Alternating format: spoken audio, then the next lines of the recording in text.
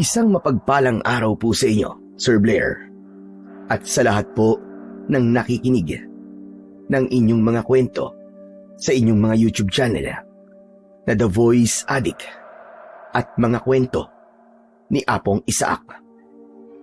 Gusto kong ibahagi sa inyo ang naging karanasan kong ito para patunayan na kahit sa anong sitwasyon at pagkakataon ay hindi nagtatagumpay ang kasamaan laban sa kabutihan. Hindi man natin nauunawaan kung bakit tayo binibigyan ng Panginoong Diyos ng mabibigat na problema, ay darating din ang panahon na malalaman natin ang dahilan kung bakit kailangan natin yung pagdaanan. Tawagin niyo na lamang po ako sa pangalang Edmond. At ito ang aking kwento. Lumaki ako sa mahirap na pamilya. Ang tatay ko na si Arman ay isang magsasaka, habang ang nanay ko na si Lucing ay isang labandera. Ang nag-iisa ko namang kapatid ay si Oji ang pangalan.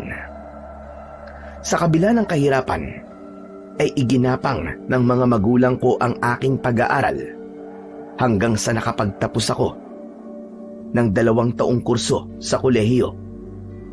Alam ko na hindi ako aasenso sa baryo namin, kaya nang natapos ko ang pag-aaral ay nagpunta ko sa Maynila para doon makipagsapalaran. Nagkaroon ako ng maayos na trabaho roon. At aaminin ko na masyado kong nalunod sa magagandang bagay sa syudad. Dumating ako sa punto na hindi ko na naisipang umuwi sa amin, at sapat na sa akin na nagpapadala ko ng pera para sa aking pamilya. Sa Maynila ko rin nakilala ang nobya kong si Maricel. Nag-live-in kami at nanirahan kami sa iisang apartment. Napakaganda at napakabait ni Maricel, Sir Blair. Siya yung klase ng babae na hindi mo ikakahiyang ipakilala sa kahit na sino, lalong-lalo na sa pamilya mo. Isang gabi, kumakain kami ni Maricel sa isang restaurant bilang selebrasyon ng 7 taon ng aming relasyon. At hindi ko inaasahan ang sinabi niya sa akin habang kumakain kami. Edmond, 7 years na tayo magkarelasyon, pero hanggang ngayon, ay hindi mo pa naipapakilala ang pamilya mo sa akin. Kailan mo ba ako ipapakilala sa kanila? Darating din tayo dyan. Huwag kang mainip. Anong huwag mainip? Hindi pa ba matagal para sa'yo ang 7 taon? Eh, yung kaibigan ko nga si Darlene, pagkatapos niyang sagutin si Benjo, ay ipinakilala na siya kagad ni Benjo sa family niya. Tapos ako 7 years. Nga pa rin. Taga rito lang naman kasi ang pamilya ni Benjo, di ba? Kaya madali lang niyang naipakilala si Darlene sa mga yon. Yung pamilya ko, nasan ba sila? Hindi ba nasa probinsya? Walang eroplano ron, kaya sasakay pa tayo ng barko. Aba, matagal-tagal na biyahe yun. Bakit, naiinggit ka ba kay Darlene? Huwag kang mainggit sa kanya. Kasi kahit pinakilala kagad siya ni Benjo sa pamilya niya, ay naghiwalay naman kagad sila, di ba? Kahit na eh. Gusto ko pa rin makilala ang family mo. Sandali nga. Bakit ba ayaw mo akong ipakilala sa family mo? Seryoso ka ba talaga sa akin? Wow! 7 taon na tayo tapos ngayon mo pa ako tatanungin ng ganyan? Sa tingin mo ba ay magtatagal tayo ng 7 taon kung hindi ako seryoso sa'yo? Ikaw naman di sayo kitang ipakilala sa family ko. Wala lang talaga akong oras na umuwi sa amin. Nakita ko ang schedule mo sa trabaho. May 1 week kayong walang pasok kasi may mga aayusin sa opisina nyo. Bakit hindi na lang natin gamitin ang 7 araw na yun para umuwi sa inyo? Pwede naman ako mag-leave. Saka hindi ba? Simula nang dumating ka dito sa Maynila, ay hindi ka pa umuwi sa inyo? FYI lang, Edmond. 10 years ka na rito sa Maynila. At gano'n na rin katagal na hindi mo nakakasama ang pamilya mo. Hindi mo ba sila namimiss? Siyempre, namimiss ko sila. Lalo na yung mga luto ng nanay ko. Si tatay naman, yung mga payo niya sa akin. Tapos yung kapatid ko na si Oji. Baby pa lang siya nang umalis ako, kaya paniguradong malaki na yun ngayon. Kaya nga dapat ka nang umuwi sa inyo kahit 1 week lang. Tapos isama mo ko. Para naman makilala na nila ako. Sige na, please. Ang totoo niyan may plano na ako para doon sa 1 week na bakasyon ko Gusto ko sana na pumunta tayo sa Boracay para makapagbakasyon tayong dalawa. Ang tagal na kaya nung huling beses tayong nagbakasyon na matagal, di ba? Puro na lang tayo kain sa labas at punta sa mall. At talagang mas pipiliin mo pa ang Boracay kaysa makita ang pamilya mo? Ewan ko sa'yo, Edmond. Padabog na ibinaba ni Maricel ang hawak niyang kutsara at tinidor. Sumandal siya sa upuan at masama ang tingin na tumingin siya sa malayo habang bahagyang nakausli ang kanyang nguso. Alam ko na kapag gano'n ang itsura niya ay galit na siya. Siguro'y kinakahiya mo ako sa pamilya mo, no? Kaya ayaw mo akong ipakilala sa kanila. Ano? Ikaw ikakahiya ako? Bakit naman kita ikakahiya? Kung pwede nga lang na ipagsigawan ko sa buong mundo na ikaw ang girlfriend ko, ay gagawin ko. Hindi mo kailangang ipagsigawan na ako ang girlfriend mo. Ang gusto ko ay umuwi tayo sa probinsya nyo at ipakilala mo ako sa pamilya mo. Para naman maramdaman ko na talagang seryoso ka na sa akin at proud ka na girlfriend mo ko. Pwede bang sa apartment na lang natin pag-usapan yan? Medyo lumalakas na kasi ang boses mo Tignan mo nga pinagtitinginan na tayo ng ibang taong nandito. Baka isipin nila nag-aaway pa tayo. Nagulat ako nang biglang tumayo si Maricel at kinuha niya ang bag niya. Maglalakad na sana siya palabas ng restaurant pero agad kong hinawakan ang isa niyang kamay. Saan ka pupunta? Hindi pa tayo tapos kumain Uuwi na. Para mapag-usapan natin yan. Hindi pa tayo pwedeng umuwi kasi hindi pa tayo bayad dito. Umupo ka muna. Sige na. Yan, ganyan nga. Umupo ka lang dyan at tapusin natin tong pagkain natin. Sayang to. Ang mahal pa naman ng mga in-order natin. Bakit kasi ayaw mo akong ipakilala sa pamilya mo Huwag mong sabihin sa akin na meron ka lang unang ipinakilala sa kanila nang di ko alam. Umamin ka nga. May babae ka ba?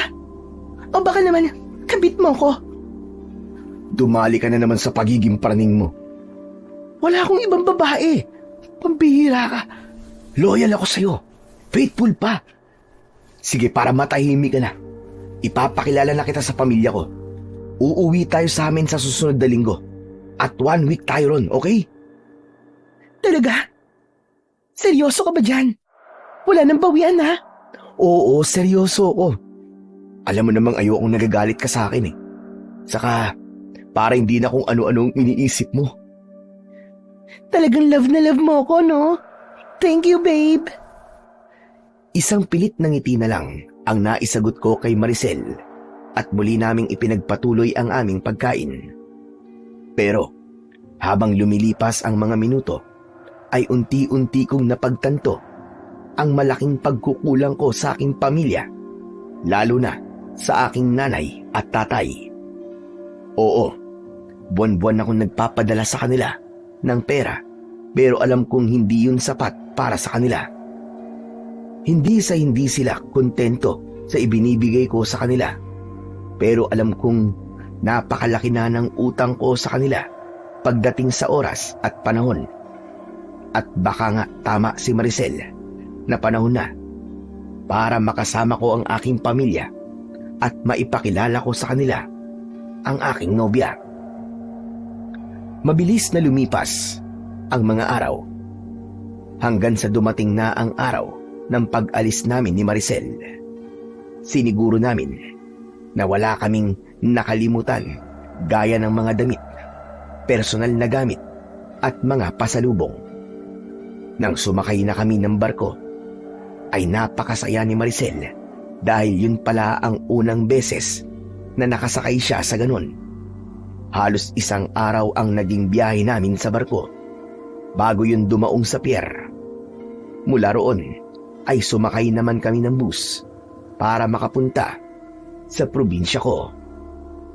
Pagkababa ng bus ay umarkila kami ng tricycle papunta sa mismong baryo namin. Nagtaka ako kasi nang sinabi ko sa tricycle driver ang pangalan ng baryong pupuntahan namin, ay umayaw siya. Kung hindi ko pa dinoble ang bayad ko sa kanya, ay hindi pa siya papayag. Makalipas ang halos kalahating oras, ay huminto na ang tricycle at sinabi ng driver na hanggang dun na lang niya kami maihahatid dahil malapit ng dumilim. Wala na kaming nagawa ni Maricel kundi ang bumaba at maglakad. Grabe naman yung tricycle driver na yun. Ang usapan dun tayo ibababa sa bahay nyo. Pero pinaglakad pa talaga tayo. Hayaan mo na. Baka naman merong emergency o may gagawin siyang importante. Saka, medyo malapit na rito yung sa amin. Sigurado ka ba na dun pa rin kayo nakatira? 10 years kang nawala. Paano kung lumipat na pala ng bahay ang pamilya mo? Hindi sila lilipat kung saan. Alam ko yun. Oo nga pala, maiba ako. Mahirap ang signal ng cellphone dito sa amin, ha. Tapos, limitado lang ang kuryente dito. Minsan meron, minsan wala. Okay lang ba yun sa'yo? Edmond, ano kaya kung bumalik na lang tayo sa Maynila? Hoy Maricel, huwag ka magbiro ng ganyan, ha. Napakalayo na natin sa Maynila. At grabe na ang pagod natin sa biyahe para bumalik pa tayo. Bakit? Dahil ba sa mga sinabi ko? Ayaw mo nang mahina ang signal at mahirap ang kuryente? Hindi naman. Kasi kaya ko mabuhay nang walang cellphone. Ano kasi, para bang bigla akong kinabahan na makilala ang mga magulang mo. Paano kung di nila ako magustuhan? Tapos, tutulan nila ang relasyon natin. Tapos mag-offer sila sa akin ng 10 milyon para layuan ka. Huy, hindi mangyayari yan. Bakit? Dahil ba sigurado ka na magugustuhan ako ng mga magulang mo para sa'yo? Hindi. Kasi walang 10 milyon ng mga magulang ko. Kaya sigurado ako na hindi mangyayari yung mga sinabi mo. Saka ano ka ba? Huwag kang paraning. Sigurado ako na magiging boto si nanay at tatay sa'yo. Saka, mababait ang mga yun. Maniwala ka. Sure ka ha? Kapag ako sinungitan nila, ikaw ang sisisihin ko. Matatawa sana ako sa sinabi ni Maricel. Pero napansin ko ang tingin ng mga tao sa amin. Pailalim sila kung makatingin na para bang galit sila. Nakasunod ang tingin nila sa amin at nagbigay yun ng kakaibang kilabot sa akin. Humawak si Maricel sa braso ko at kulang na lang ay isiksik niya ang sarili niya sa akin. Edmond, may nagawa ka ba masama rito bago ka pumunta sa Maynila? Wala, bakit? Kasi ang sama ng tingin ng mga tao sa atin. Para bang kakainin nila tayo ng buhay. Parang hindi sila friendly. Huwag mo na lang silang pansinin. Malamang ay nagtataka sila kung sino tayo. Matagal akong nawala rito, di ba? Kaya siguro, hindi na nila ako namumukaan. Sa bagay, ito na nga yata yung sinasabi nila. Na kapag ang isang taga Maynila ay umuwi sa probinsya, ay parang artista ang tingin sa kanila ng mga tao. Basta, magkunwari ka na lang na wala kang nakikita. Malapit naman na tayo sa bahay namin eh. Ang totoo, ay natakot din ako. Nakapagtataka kasi kung bakit ang sama ng tingin sa amin ng mga tao na para bang anumang oras ay sabay-sabay silang aatake sa amin para saktan kami.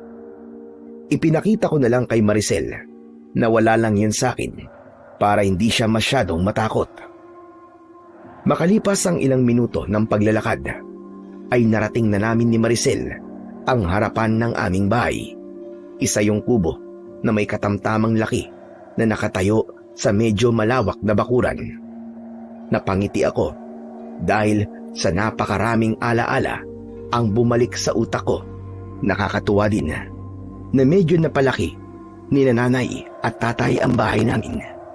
Sinabi ko sa sarili ko na hindi na uwi sa wala ang mga perang pinapadala ko sa kanila dahil ginamit nila yun para kahit papano ay maging maayos ang aming bahay.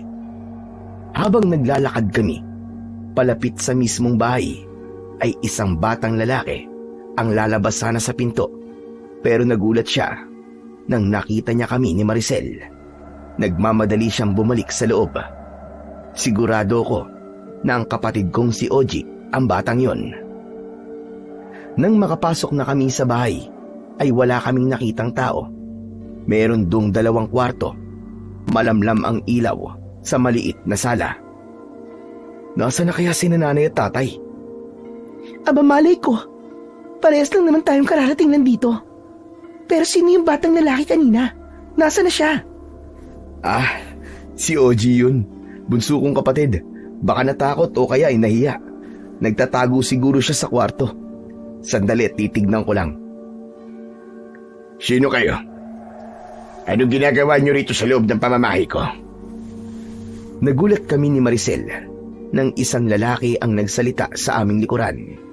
Pagharap namin ay napangiti ako nang malaman ko na ang tatay ko yon. Nakatayo siya sa may pintuan at may hawak siyang itak. Bumakas ang gulat sa muka ni tatay. Nang nakita niya ako, lumapit ako sa kanya at mahigpit ko siyang niyakap. Edmond, anak, ikaw ba talaga yan?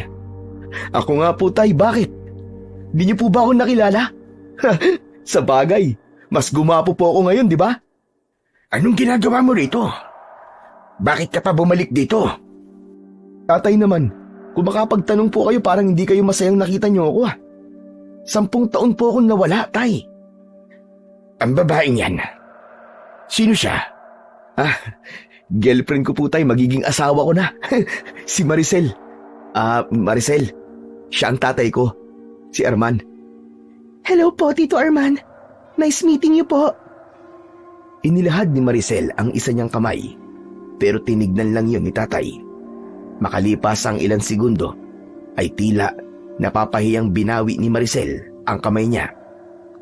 Tuluyan nang pumasok si tatay sa bahay at nagtaka ko kung bakit parang hindi siya masayang makita ko. Si nanay po pala. Nasaan po siya? May pinuntahan lang siya. Pero parating na yun. Ang mabuti pa'y magpahinga na muna kayo. Yung kwarto na malapit sa kusina, sa'yo yun. Talaga po?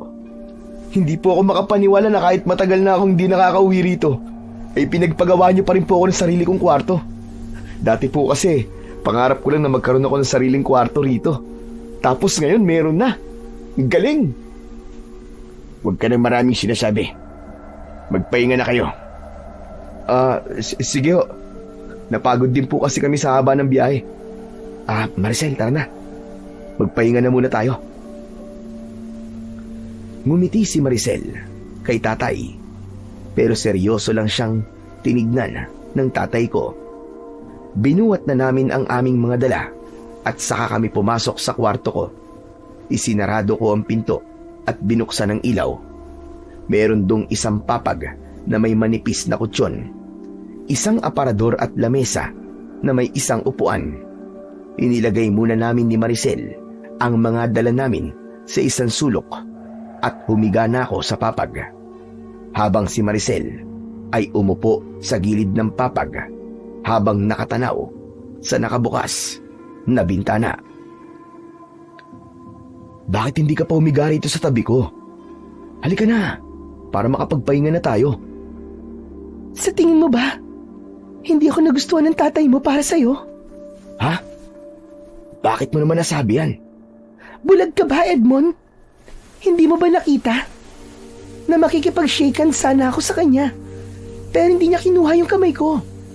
Tapos, niningitian ko siya, pero hindi siya ngumingiti sa akin. Yung titig niya sa akin, parang kagaya ng tingin ng mga tao sa atin kanina. Huwag ka nang mag-isip ng negative. Sigurado ako na pagod lang si tatay. Baka galing siya sa trabaho. Hindi ba nasabi ko na sa'yo nun na isa siyang magsasaka? Ang hirap kaya ng trabaho nila. Hayaan mo, kapag nakapagpahinga na siya, ay gaganda na rin ang mood nun. Maniwala ka. Sana nga. Para naman hindi masayang ang punta natin dito. Ayoko namang 1 linggo tayo nandito tapos hindi ako papansinin ng tatay mo. Ay yung nanay mo, baka mamaya niyan. Simangutan din niya ako. Akong bahala sa'yo. Sigurado ako na kailangan ka lang nilang makilala at sigurado ako na magugustuhan ka rin nila. Kaya huwag ka nang mag-isip ng kung ano-ano dyan. Humiga ka na rito at magpahinga na tayo. Walang imik na tumabi si Maricel sa akin.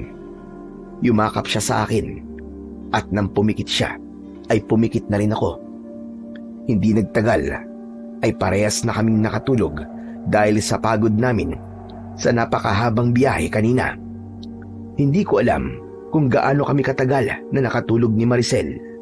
Pero nang nagising ako, ay kalat na ang dilim sa labas. Bumangon ako at isinarado ko ang bintana dahil pumapasok ang malamig na hangin. Binalikan ko si Maricel at marahan kong tinapik ang braso niya. Nang nagising na siya, ay sinabi ko na kailangan na naming lumabas ng kwarto dahil baka nasa bahay na si nanay. Naramdaman ko ang kaba ni Maricel pero natuwa ako nang pinili niyang tumayo at sumama sa akin sa paglabas ng kwarto. Natigilan kami nang nakita namin sina tatay, si nanay at si Oji na nasa hapagkainan. Patay ang lahat ng ilaw kaya ang nagsisilbing liwanag ay ang isang gasera na nasa gitna ng lamesa. Ang hinala ko ay nagkaroon na naman ng problema sa linya ng kuryente sa aming baryo. Madalas talaga ang ganun kahit noon pa. Lumapit ako kay nanay at mahigpit ko siyang niyakap. Nagtaka ko dahil hindi man lang siya gumanti ng yakap sa akin. Pagbitaw ko sa kanya ay napansin kong seryoso ang kanyang muka na parang hindi rin siya masayang nakita ko gaya ni tatay. Ano ba yan, Nay? Bakit parang hindi po kayo masaya na nakita niyo ako? Ganyan din po si tatay kanina. Galit po ba kayo sa akin? Maupo na kayo at kumain na tayo. Kanina pa namin kayo hinihintay na magising. Inaya ko si Maricel na umupo. May pritong isda at sinabawang gulay sa lamesa. Maricel, siya ang nanay ko. Si Lucing. Nay, ito nga po pala si Maricel. Girlfriend ko po. Ang ganda niya po, di ba? Ano ka ba? Hindi mo na kailangan sabihin na maganda ako, nakakahiya naman. Hello po tita. Kayo po pala ang kamukha ni Edmond. Nay, teller po sa bangko si Maricel. Meron po siyang maayos sa trabaho. Saka, siya po nag-aalaga sa akin sa Maynila. Masarap din po siya magluto kagaya nyo. Medyo napahiya ako dahil walang imik si nanay. Maging si tatay ay ganun din. Si Oji naman ay nakayuko at marahang kumakain. Oji, bunso, musta ka na? Ako ang Kuya Edmond mo. Alam mo ba, baby ka pa nung umalis ako rito kaya sigurado na hindi mo ako kilala. Ang laki mo na talaga ngayon. Oo nga pala, meron akong pasalubong sa'yo ng mga laruan. Mas makabubuti na wag mo na lang kausapin si Oji. Ho? Bakit naman po? Hindi siya nagsasalita. Isinilang na siyang ganyan. Pinatingin niyo na po ba siya sa doktor? Ang alam ko po may pag-asa pang makapagsalita ang isang bata kahit nasa ganyang edad na. Kailangan lang po niyang dumaan sa mga therapy. Wala kaming oras na ipatingin pa siya sa doktor. Di bukas po. Sasamahan ko po kayo sa doktor sa bayan. Sayang po kung hindi siya magsasalita saka para malaman din po natin kung ano pong dahilan kung bakit hindi siya nagsasalita. Hindi na kailangan yon. Tanggap na namin na ganyan si Oji. At isa pa, aalis na rin naman kayo bukas ng umaga. Wala nang panahon para samahan mo kami sa doktor. Teka, hindi po kami aalis ni Maricel bukas. 1 linggo po kami rito Ayaw niyo po ba nun? Matagal-tagal po tayo magkakasama. 10 taon din po akong nawala kaya miss na miss ko na po kayo 10 taon kang hindi umuwi. Kaya sanay na kaming wala ka rito. Nakita mo naman kami. Kaya pwede na kayong umalis. Pero Nay, Sundin mo na lang ang sinabi ko sa'yo. Ayos lang kami kahit wala ka rito. At kahit hindi ka na umuwi rito. nasaktan ako sa sinabi ni Nanay at bahagya ako naluwa. Hindi na ako nagsalita pa dahil alam ko na kung gagawin ko yon ay tuluyan na akong maiiyak. Maging si Maricel ay nahiya ng magsalita. Kaya itinuon na lang namin ang aming atensyon sa pagkain. Pagkatapos kumain ay lumabas muna ako. Tumayo ako sa harapan ng bahay namin at naglabas ako ng sigarilyo at lighter. Sinindihan ko ang sigarilyo at nagsimula kong hip-hipin yun. Pero nakakailang hip-hip pa lang ako nang may biglang kumuha sa sigarilyo. Nagulat ako nang nasa tabi ko na pala si Maricel. Itinapon niya sa lupa ang sigarilyo at tinapakan niya yon. Bakit mo ginawa yun? Akala ko ba tumigil ka na sa paninigarilyo mo? Saka alam mo naman na ayaw ko ang amoy niyan. Huwag kang halik sa akin mamaya, ha? Pasensya ka na. Gusto ko lang kasing kumalma eh. Hindi sigarilyo ang kailangan mo para kumalma ka. Kapag may bumabagabag sa'yo, kausapin mo ko. Dahil ba yan? So parang hindi masaya mga magulang mo na nandito ka? Oo babe, dun nga.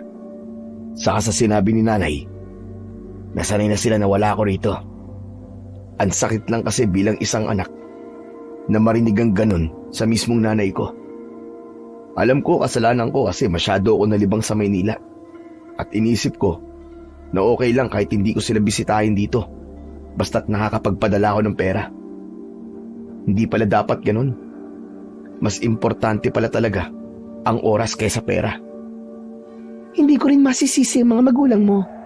Kahit ako, magtatampo ko sa'yo kung hindi ka magpapakita sa akin ng 10 taon. Kaya nga naisip ko na bumawi sa kanila eh. Gusto ko na igugol ko yung oras. Yung 1 linggong pananatili natin dito sa pamilya ko. Paano mo gagawin yan? Pinapaalis na tayo ng nanay mo bukas ng umaga. Di hindi tayo aalis. Nasabi lang siguro yun ng nanay ko kasi nagtatampo siya sa akin. Basta, tatapusin natin yung 1 linggo natin dito at sisiguraduhin ko na bago tayo umalis dito ay okay na kami ng pamilya ko. Sige. Kung anong plano mo ay nakasuporta lang ako sa'yo. Sasamahan kita dito kahit feeling ko ayaw nila sa akin. Kung ayaw nga talaga nila sa'yo, sigurado rin ako na magbabago pa yan. Basta't makilala ka nila ng gusto. Kayong dalawa, ano pag ginagawa niyo dyan sa labas? Pumasok na kayo rito. Nagulat kami ni Maricel nang marinig namin ang boses ni Tatay sa likuran namin. Pagharap namin ay madilim ang kanyang muka at matalim ang kanyang mga mata. Nagpapahangin lang po kami, Tay. Papasok din po kami mamaya. Pumasok na kayo sa kwarto ninyo at huwag na kayong lumabas doon hanggang sa mag-umaga. Bilisan nyo. Sundin na lang natin ang tatay mo. Mukhang galit na siya eh. Halika na. Kahit gusto ko pa sanang manatili sa labas, ay sumunod na lang ako sa sinabi ni Tatay. Pumasok na kami ni Maricel sa aming kwarto at hindi na kami lumabas doon hanggang sa nakatulog na kami. Kinabukasan ng umaga, pagkagising ko ay hindi muna ako bumangon. Hinintay ko si Maricel na magising at nang magising na siya ay sabay kaming lumabas ng kwarto. May nakahain na almusal sa lamesa at mukhang hinihintay lang kami ni Nanay at Tatay para makasabay kaming kumain. Tahimik lang kami hanggang sa natapos na kaming kumain ng almusal. Ayos na ba mga gamit ninyo? Total tapos na kayong kumain, ay pwede na kayong umalis at bumalik sa Maynila. Ipapahatid ko kayo sa tatay mo dahil walang tricycle na pumapasok dito, Edmond. Para meron kayong katulong sa pagbubuhat ng mga gamit ninyo. Pasensya na po, Nay, ha? Pero hindi po kami aalis ngayon ni Maricel. Tatapusin po namin yung 1 linggong bakasyon namin dito. Akala ko ba'y nakapag-usap na tayo kagabi? Malinaw na sinabi ko na ngayon kayo aalis. Pero Nay, gusto ko pa po kayong makasama ng matagal eh. Pambawi ko po ito sa napakahabang panahon na hindi po ako nakauwi rito sa atin. Nay, Tay, alam ko pong galit kayo sa akin dahil natiis ko kayo ng 10 taon. Kaya hayaan niyo naman po akong bumawi sa inyo. Hindi kami galit sa'yo. Sundin niyo na lang ang sinabi ko. Umalis na kayo rito ngayon. Sorry po talaga, pero buo na po ang desisyon namin. Sa susunod na linggo pa po kami aalis. Gusto ko po talaga kayong makasama at para na rin makilala niyo po si Maricel. Hanggang ngayon ay hindi ka pa rin nagbabago, Edmond. Napakatigas pa rin ng ulo mo. Kung anong gusto mo, ayun ang ginagawa mo. Hindi ka pa rin marunong makinig sa mga magulang mo. Lusing, sa tingin ko, ay hindi mo mapipilit si Edmond na umalis. Hayaan na lang natin sila rito. Mabilis lang naman ang 1 linggo. Naririnig mo ba ang mga sinasabi mo, Arman? Maraming pwedeng mangyari sa loob ng 7 araw. Teka, sandali. Ano po bang pwedeng mangyari? Pwede po bang liwanagin niyo sa akin? Naguguluhan po ako eh. Nandito naman tayo. Mababantayan natin sila. Hayaan na lang natin si Edmond sa gusto niya mangyari. Bahala kayo sa buhay niyo. Kapag may nangyaring masama, ay huwag niyo akong sisisihin. Teka, ano po bang masamang mangyayari? Hindi niyo ako sinasagot eh. Baka pwede niyo po sabihin sa amin para maliwanagan po kami. Sa totoo lang po, nung dumating kami rito ay nahalata ko na may kakaiba sa inyo.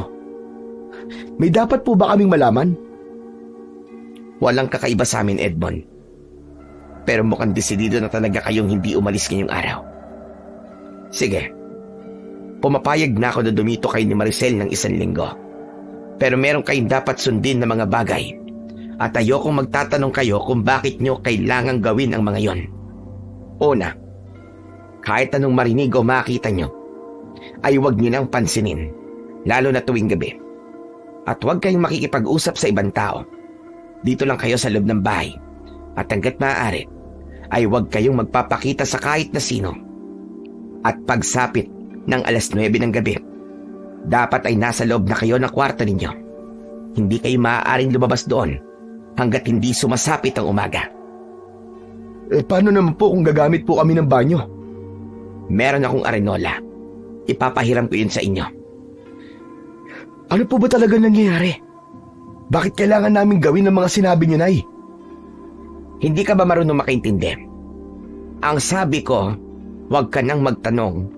Kung gusto nyo manatili rito ng ilang araw pa, ay sundin nyo na lamang ang mga sinabi ko. Nagkakaintindihan ba tayo? Opo. Matapos yun, ay lumabas si nanay ng bahay at hindi ko alam kung saan siya pupunta. Habang si Maricel naman ay nagpaalam na maliligo kaya naiwan kami ni tatay. Aalis din sana si tatay pero agad ko siyang pinigilan. Tay, sandali lang po. Baka pwede ko namang malaman. Ano po ba talaga nangyayari dito? Napakatagal mong nawala sa baryong ito, Edmond. Marami nang nagbago rito. Mga pagbabago na hindi namin ginusto. Gaya po ng ano, Tay? Mas makakabuti na wala kang nalalaman. At kapag umalis ka na rito, nakikiusap ako sa iyo na wag ka nang babalik kahit kailan, anak. Kahit isipin mo na lang na patay na kami, ay walang problema sa amin. Aba teka, hindi naman po pwede yun. Pamilya ko po kayo eh. At hindi ko po kayo kayang kalimutan ng ganun-ganun na lang. Bakit ba kasi hindi nyo na lang po ipaliwanag sa akin ng lahat? Para maintindihan ko kung bakit po kayo nagkakaganyan. Gaya na sinabi ko sa iyo, Edmond, mas mabuti na wala kang alam. Matiim akong tinignan ng tatay ko.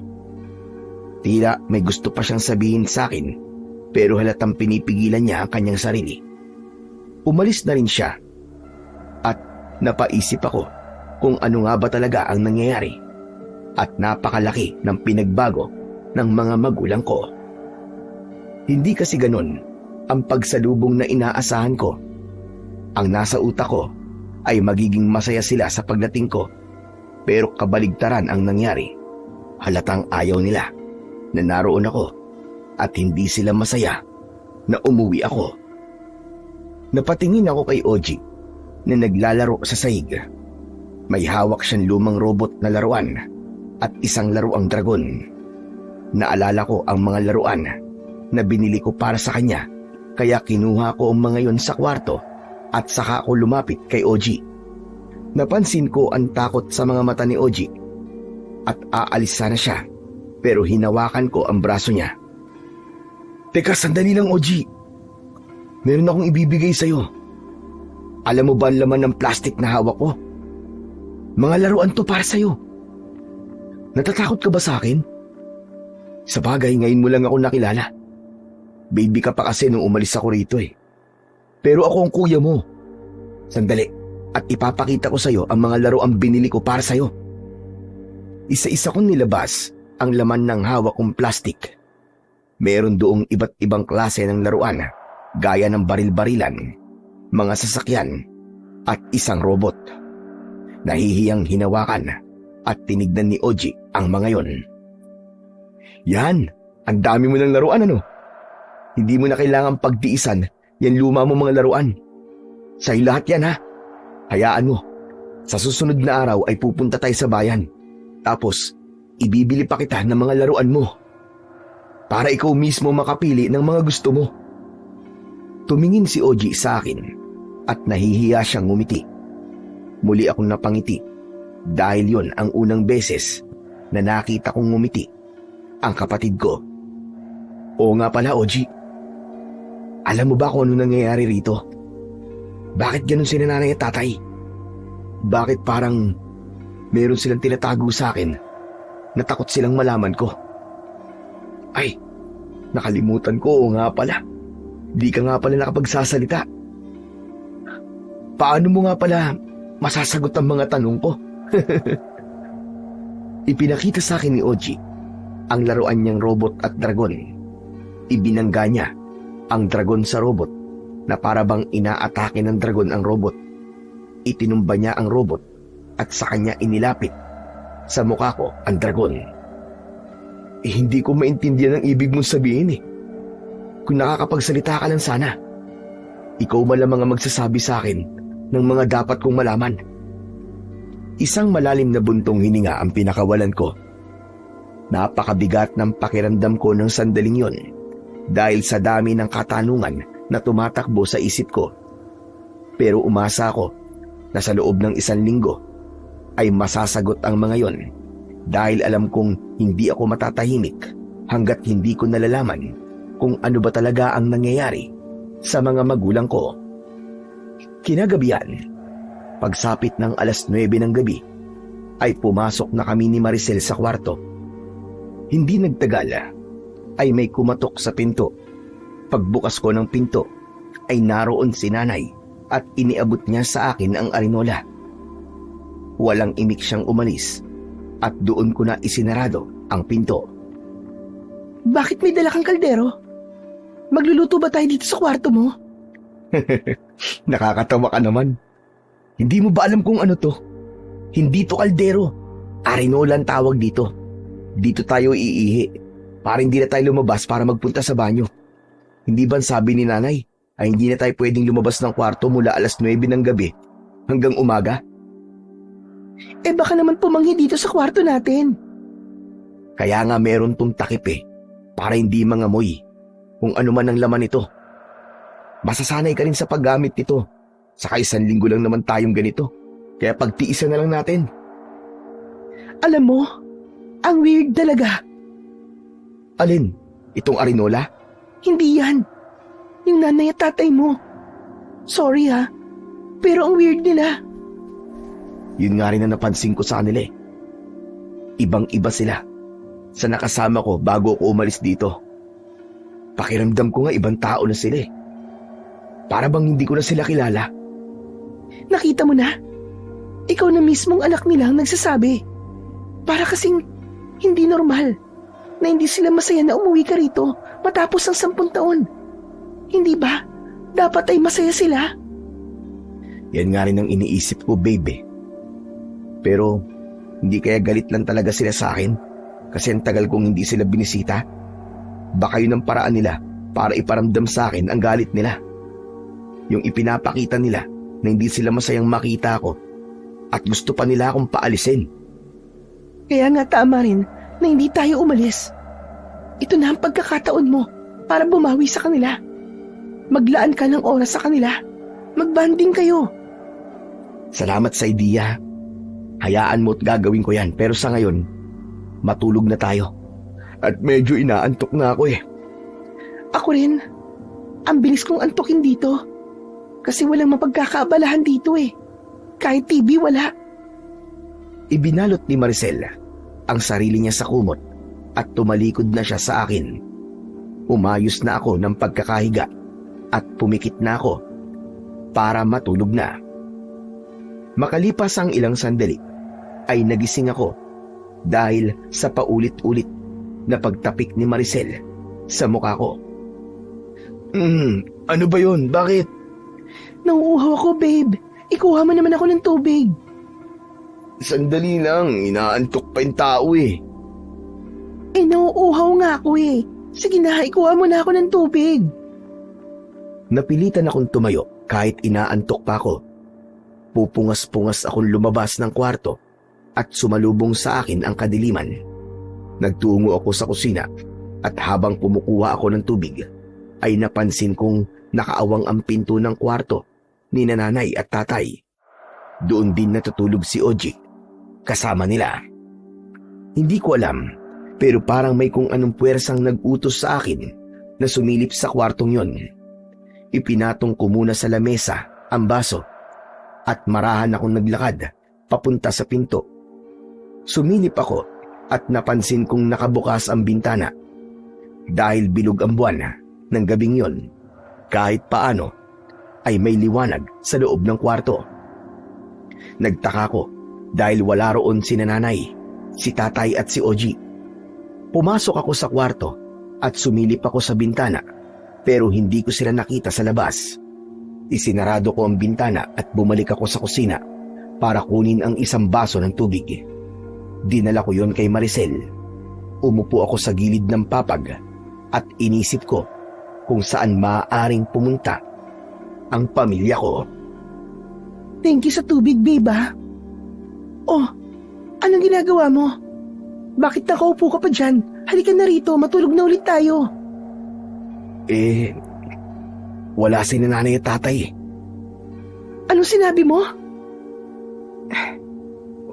Umalis sila. Hindi ko alam kung saan sila nagpunta eh. Nakita ko kasing nakabukas yung kwarto nila tapos pagsilip ko ron, wala silang lahat doon. Baka naman nagpapahangin lang sila sa labas o kaya namamasyal lang sa kung saan. At saan naman sila mamamasyal ng ganitong oras? Saka lamig-lamig na rito sa loob ng bahay. Kaya imposibleng kailangan pa nilang lumabas para magpahangin. Kinakabahan ako. Baka kung saan sila nagpunta at kung ano na ang nangyayari sa kanila. Alam mo, ikaw naman ito napapraning. Huwag kang mag-isip ng ganyan. Sigurado ako na kung nasan man sila ay okay lang sila. At babalik din ng mga yun maya-maya lang. Ewan ko ah. Pero kinakabahan talaga ako, babe. Nakapagtataka kasi na hindi nila tayo pinapayagan na lumabas ng ganitong oras tapos sila naman pala lalabas. Ano kaya kung hanapin natin sila? Babe, hindi magandang ideya yan. Paano kung pag-alis natin ay sila naman ang dumating? Di nagkasalisihan pa tayo. Ang gawin na lang natin ay hintayin natin sila dito sa bahay. Naisip ko na may punto ang sinabi ni Maricel. Kaya pumayag ako sa suwestyon niya. Umupo kami sa may sala at sinindihan ko ang gasera. Kahit papano ay meron kaming liwanag. Parehas kaming tahimik na naghintay ni Maricel. Sa utak ko ay paulit-ulit akong nagdadasal na sana ay okay lang ang pamilya ko. Lumipas ang ilang oras pero wala pa rin ang pamilya ko. Hindi na kinaya ni Maricel ang antok at humiga na siya sa mahabang upuan. Maya-maya lang ay tulog na siya. Maging ako ay matindi na rin ang antok ng oras na yon. Kaya kahit nakaupo ako, ay hindi ko napigilan ang sarili kong pumikit hanggang sa tuluyan na akong nakatulog. Umaga na nang nagising ako. Mabilis akong tumayo at nakita ko si nanay na abala sa kusina. Tumakbo ako sa may pintuan at nakita ko naman sa labas si tatay na nagsisibak ng kahoy habang pinanonood siya ni Oji. Kahit papano ay nakahinga ako ng maluwag dahil mukhang ligtas naman ang pamilya ko. Maya-maya pa ay tinawag na kami ni nanay para mag-almusal. Ginising ko na si Maricel at hindi nagtagal ay magkakasalo na kaming kumain. Nagkakatinginan kami ni Maricel at palihim niya akong pinanlakihan ng mata. Alam ko na gusto niyang itanong ko sa mga magulang ko kung saan sila galing kagabi. Tay, saan po pala kayo nagpunta kagabi? Wala. Natutulog lang kami. Lumabas po kasi ako ng kwarto para kumuha ng tubig. Tapos napansin ko pong nakabukas po yung pinto ng kwarto nyo. Sumilip po ako pero wala po kayong tatlo ron eh. Imposible ang sinasabi mo. Natutulog kami sa kwarto namin at hindi kami lumabas. At saan naman kami pupunta? Gabi na. Kakagising mo lang siguro nung sumilip ka sa kwarto namin. Namamalikmata ka lang. Kaya ang akala mo ay wala kami roon. Hindi po ako pwedeng magkamali. Wala po talaga kayo sa kwarto nyo kagabi. Pumasok pa nga po ako ron at sinarado ko po yung bintana. Kaya imposible po na namamalikmata lang po ako. Bakit bang kulit mo? Sinabi nang hindi kami lumabas kagabi. Walang dahilan para lumabas kami ng ganong oras. Pero sigurado po ako sa nakita ko eh. Maricel, di ba? Wala si nanay sa kwarto nila. Naghintay pa nga tayo sa kanila, di ba? Naghintay nga tayo sa kanila. Pero hindi ko kasi tinignan yung kwarto nila kagabi. Kaya hindi ko masasabi na wala sila ron. Niwala lang ako sa'yo nung sinabi mo na wala sila sa kwarto nila. Nakita mo na? Ikaw lang ang nakakita na wala kami sa kwarto namin. Isa pa, hindi ba sabi ko ay wag na kayong lalabas ng kwarto nyo mula 9:00 ng gabi hanggang mag-umaga? Nauhaw po kasi si Maricel eh. Kaya kinilangan ko po siyang ikuha ng tubig.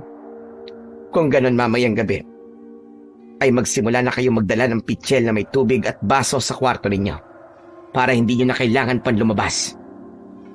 Nay, ano po ba talagang dahilan kung bakit hindi po kami pwedeng lumabas ng kwarto kapag ganong oras? Baka naman pwede nyo nang sabihin sa amin. Kasi gulong-gulo na po talaga ang utak ko eh. Hindi umimik si nanay at ipinagpatuloy niya ang pagkain. Tinignan ko si tatay at umasa ko na sasagutin niya ang tanong ko, pero umiwas siya ng tingin sa akin. Nang sandaling yon ay nawalan na ako ng pag-asa. Nasasagutin pa nila ang mga katanungan sa utak ko at mukhang wala na akong magagawa pa kundi ang hanapin ang mga kasagutan sa sarili kong pamamaraan. Matapos namin mag-almusal, ay tumambay ako sa labas ng bahay. Doon ako nag-isip kung paano ko malalaman ang mga sagot sa napakaraming tanong na gumugulo sa utak ko. May ilang mga tao ang dumaan at kapansin-pansin ang tila galit na tingin nila sa akin. Nilabanan ko sila ng tingin at napayuko sila nang gawin ko yon. Hoy, anong ginagawa mo rito? Nagmumuni-muni? Grabe ka. Nakakagulat ka naman. Ano ba kasing iniisip mo? Yung pagsisinungaling ni nanay kanina. Hindi ko alam kung bakit ayaw nilang aminin sa atin na wala talaga sila sa kwarto nila kagabi. Tapos ikaw, hindi mo man lang ako sinuportahan kanina, pambihira ka. Ano ba kasing gusto mong gawin ko? Sinabi ko lang naman ang totoo na hindi ako sumilip sa kwarto nila. Kaya hindi ko alam na nandoon ba sila o wala. Pero alam mo babe, sa mga nangyayari ngayon, ay mas lalong lumalakas ang kutob ko na meron silang tinatago sa akin. Gusto kong malaman kung ano yun. At paano mo naman malalaman yun, Aber? Hindi ko alam. Sa ngayon ay wala pa akong plano. Alam mo, para makapag-isip ka ng maayos, ay mabuti pang mamasyal tayo rito. Tignan mo nga mukha mo. Halatang sobrang stress ka na. Meron ba ditong magandang lugar na pwede nating puntahan? Oo nga no. Sa bagay tama ka.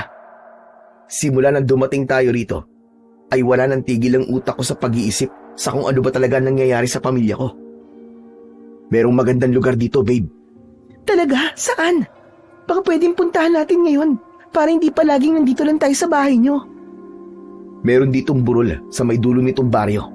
Yun nga lang, bago tayo makarating sa mismong burol, ay may dadaanan tayong gubat. Pero safe naman dun eh. Magandang tumambay dun habang pinapanood ang paglubog ng araw. Gusto ko yan. Tapos mag-picnic na rin tayo doon. Ano sa tingin mo? Pwede naman. Pero anong mga pagkain ang dadali natin? Teka. Alam ko na. Bumili tayo sa bayan habang maaga pa. Nang sandaling yon, ay isinentabi ko muna ang mga iniisip ko. Medyo nahiya na rin ako kay Maricel kasi alam kong sumama siya sa akin sa baryo namin hindi lang para makilala ang pamilya ko, kundi para makapagbakasyon na rin. At hindi matatawag na bakasyon yon kung hindi kami mamamasyal. Habang maaga pa, ay nagtungo na kami ni Maricel sa bayan. Mula sa aming baryo, ay naglakad kami hanggang sa nakarating kami sa kalsada. Mula roon ay nag-abang kami ng masasakyan. Isang tricycle ang dumaan at yun ang sinakyan namin papunta sa bayan. Pagdating sa bayan ay namili kami ng mga pang-ihaw, inumin, tinapay at kung ano-ano pa. Nag-grocery na rin ako para merong kaming dagdag na pagkain sa bahay. Nahirapan kaming makahanap ng tricycle na maghahatid sa amin pauwi.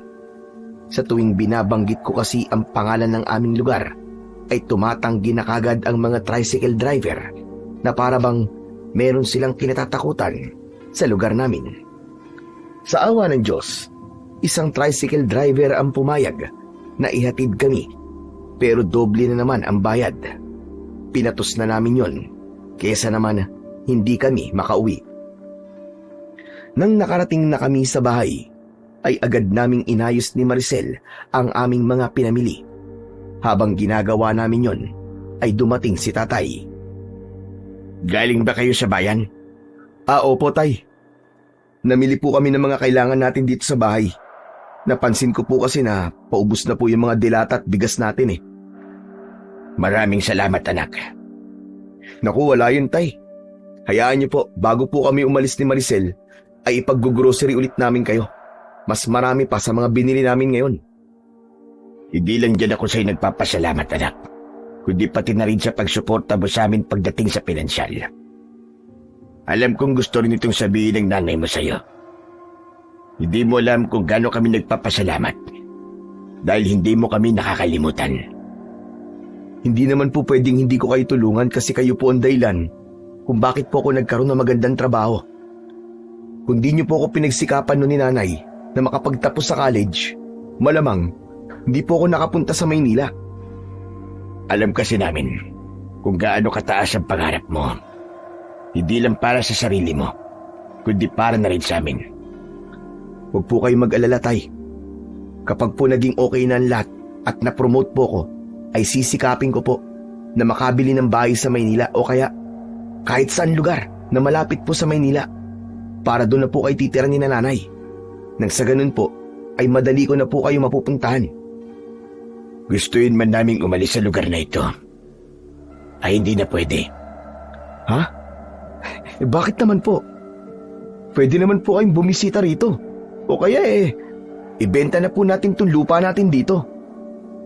Basta, hindi kami pwedeng umalis dito.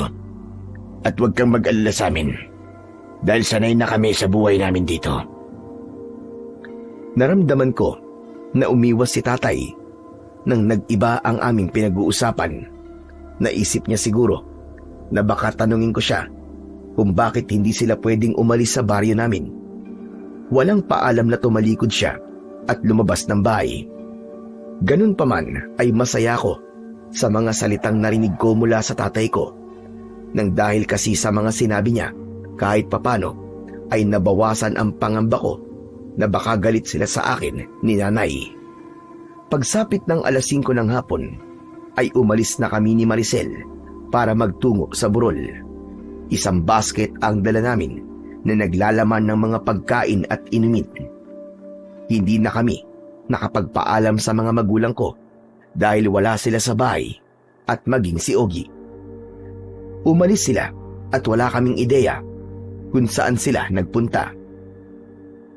Pagdating sa dulong bahagi ng baryo ay tinahak namin ang kagubatan at makalipas ang halos 20 minuto ay inakyat na namin ang burol. Hindi yun ganong kataas, kaya madali lang naming narating ni Maricel ang tuktok. Mula roon ay tanaw namin ang baryo at iba pang lugar. Umupo kami sa madamong bahagi habang nakaharap kami sa araw na unti-unting lumulubog. Napakaganda ng kalangitan dahil kulay kahilyon. Wow! Ang ganda nga rito. Saka ang presko ng hangin. Sabi ko naman sa'yo eh. Alam mo ba nung bata pa ako? Madalas kaming maglaro dito. Naghahabulan kami rito tapos ilang beses akong gumulong-gulong dito pababa. Siguro, dito mo dinadala yung mga naging girlfriend mo nun, ano? Paano mo nalaman?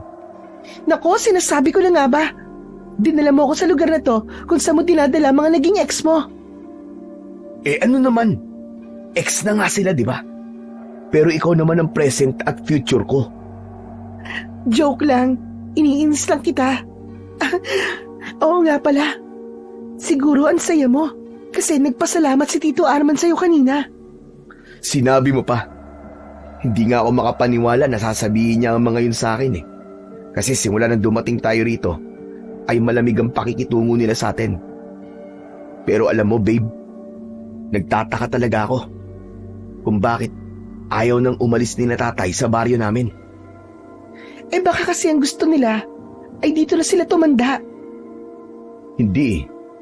Bata pa lang ako ay pangarap na nila na umalis dito at tumira sa ibang lugar. Yung bang malapit sa syudad. Kaya nakapagtataka na sinabi ni tatay na ayaw niya nang umalis dito. Baka nagbago na ang gusto nila. Normal naman yun kasi nagbabago naman talaga ang pangarap at gusto ng tao sa paglipas ng panahon. Ay oo nga pala. Meron akong sorpresa sa'yo. Talaga? Ako rin eh. May surprise ako sa'yo. Gaya-gaya ka naman. Uy, hindi ah. Ang totoo niyan, kanina ko pa naiisip na dito ko gagawin yung surprise ko para sa'yo.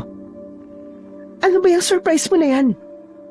Ikaw na muna magsabi ng surprise mo. Ikaw na muna. Tapos sunod ako. Ladies first nga, di ba? Kaya ikaw na muna. Ay nako, sige na nga. Pero medyo kinakabahan kasi ako eh. Baka kasi hindi mo magustuhan ang surprise ko. Sabihin mo na. Kinakabahan tuloy ako eh. Kasi, Edmond, buntis ako. 4 months na. Ano? Teka. Tama ba ang pagkakarinig ko? Buntis ka? Oo. Nang nalaman ko to, naisip ko na baka magalit ka sa akin. Kasi, wala pa sa plano natin na magkaroon ng baby, di ba? Wala nga sa plano natin, pero ano ka ba? Okay lang yan. Blessing nga yan eh. Ibig pa lang sabihin, magiging tatay na ako. Malamang, alangan namang magiging nanay ka. Eh ako yun. Yes! Magiging tatay na ako! Magkakaanak na ako! Yes! Thank you, Lord! Magiging tatay na ako! Ano ka ba, huy? Ang ingay mo. Baka mamaya may makarinig sa'yo eh. Sorry. Sobrang saya ko lang kasi. Gusto kong magsisisigaw at magtatatalon sa sobrang saya ko. Salamat kasi hindi ka nagalit, babe. Bakit naman ako magagalit? Magkakaanak naman talaga tayo. Pero napaaga nga lang. Ikaw, Ano pala yung sorpresa mo sa akin? Ay oo nga pala. Munti ko nang makalimutan ah. Tumayo ako at inilahad ko ang isa kong kamay. Nang kunin yun ni Maricel, ay iginiya ko siya na tumayo rin. Nang magkaharap na kaming dalawa, ay lumuhod ako at mula sa bulsa ng aking shorts ay inilabas ko ang isang maliit na kahon. Binuksan ko yon at tumambad kay Maricel ang isang diamond ring. Tila alam na ni Maricel kung para sa yon dahil napasinghap siya at nangilid ang luha sa kanyang mga mata. Maricel, handa ka bang magpakasal sa akin? Oo naman, babe. Handang-handa ako. Talaga? Papakasalan mo ako? Oo, sabi. Bilisan mo na. Isuot mo na sa akin yung singsing. Nakangiti kong isinuot sa daliri ni Maricel ang singsing. Mabilis akong tumayo at siniil ko ng halik ang kanyang malambot na labi. Nang maghiwalay ang aming mga labi, ay parehas kaming naiiyak sa labis na kasiyahan. Tamang-tama pala na dito ako nag-propose kasi dito mo rin sinabi na magkakaanak na tayo. Huwag kang mag-alala dahil bago ka manganak ay magpapakasal na tayo, babe. Talaga? Oo, babe. Pinapangako ko yan sa'yo. Mahigpit naming niyakap ang isa't isa. Matapos yun ay muli kaming umupo at pinagmasdan namin ang paglubog ng araw. Inihilig ni Maricel ang ulo niya sa balikat ko at masuyo ko namang hinawakan ang isa niyang kamay. Nang sandaling yon ay nakalimutan ko ng panandalian ang mga gumugulo sa isip ko. Naging payapa ang aking puso dahil katabi ko sa napakagandang lugar na yon ang babaeng makakasama ko habang buhay. Nalibang kami ni Maricel sa pag-iihaw sa itaas ng burol. Habang ginagawa namin yon, ay masaya kaming nagkwentuhan, kaya hindi namin namalayan ang paglipas ng mga oras. Hanggang sa napansin namin na madilim na pala, doon na kami nagdesisyon na umuwi. Habang naglalakad pababa ng burol, ay hindi maalis ang saya sa aking puso. Bukod kasi sa pumayag si Maricel na magpakasal sa akin, ay magkakaroon na rin kami ng anak. Nang nasa gubat na kami, ay bigla akong napahinto sa paglalakad. Maging si Maricel ay tumigil din at may pagtatakang tumingin sa akin. Bakit? May problema ba? Ano kasi? Nakalimutan ko yung daan palabas dito sa gubat. Ang dilim na kasi. Ano? Ibig mong sabihin ay naliligaw tayo? Hindi naman. Kailangan ko lang makita ng maayos ang daan para malaman ko kung paano tayo makakalabas dito sa gubat. Paano yan? Wala tayong dalang flashlight. Kahit yung mga cellphone natin ay iniwan natin sa bahay. Huwag kang mag-alala. Makakalabas din tayo dito. Hindi naman malawak ng gubat eh. Kumapit ka lang sa braso ko at huwag kang bibitaw ha. Nang humawak si Maricel sa braso ko, ay nagsimula na akong maglakad habang nakasunod siya sa akin. Pinilit kong aninagin ang dinadaanan namin, pero dahil sa sobrang dilim, ay halos wala akong makita. Nagdasal na lang ako na sana ay tama ang daan na tinatahak namin. Muli kaming napahinto nang may narinig kaming kaluskos sa aming kaliwa. Humigpit ang pagkakahawak ni Maricel sa braso ko. Ano yun, babe? Wala yun. Baka may nalaglag lang na sanga mula sa puno. Hindi. Parang may naglalakad. Parang papalapit siya sa atin. Ayang ka na naman sa pagiging praning mo eh. Wala nga yun. Ikaw kasi. Bakit kasi nagpagabi pa tayo dito sa burol? Tingnan mo. Nahihirapan tuloy tayo makalabas sa gubat na to. Pwede bang wag mo akong sisihin? Hindi ko naman ginusto to eh.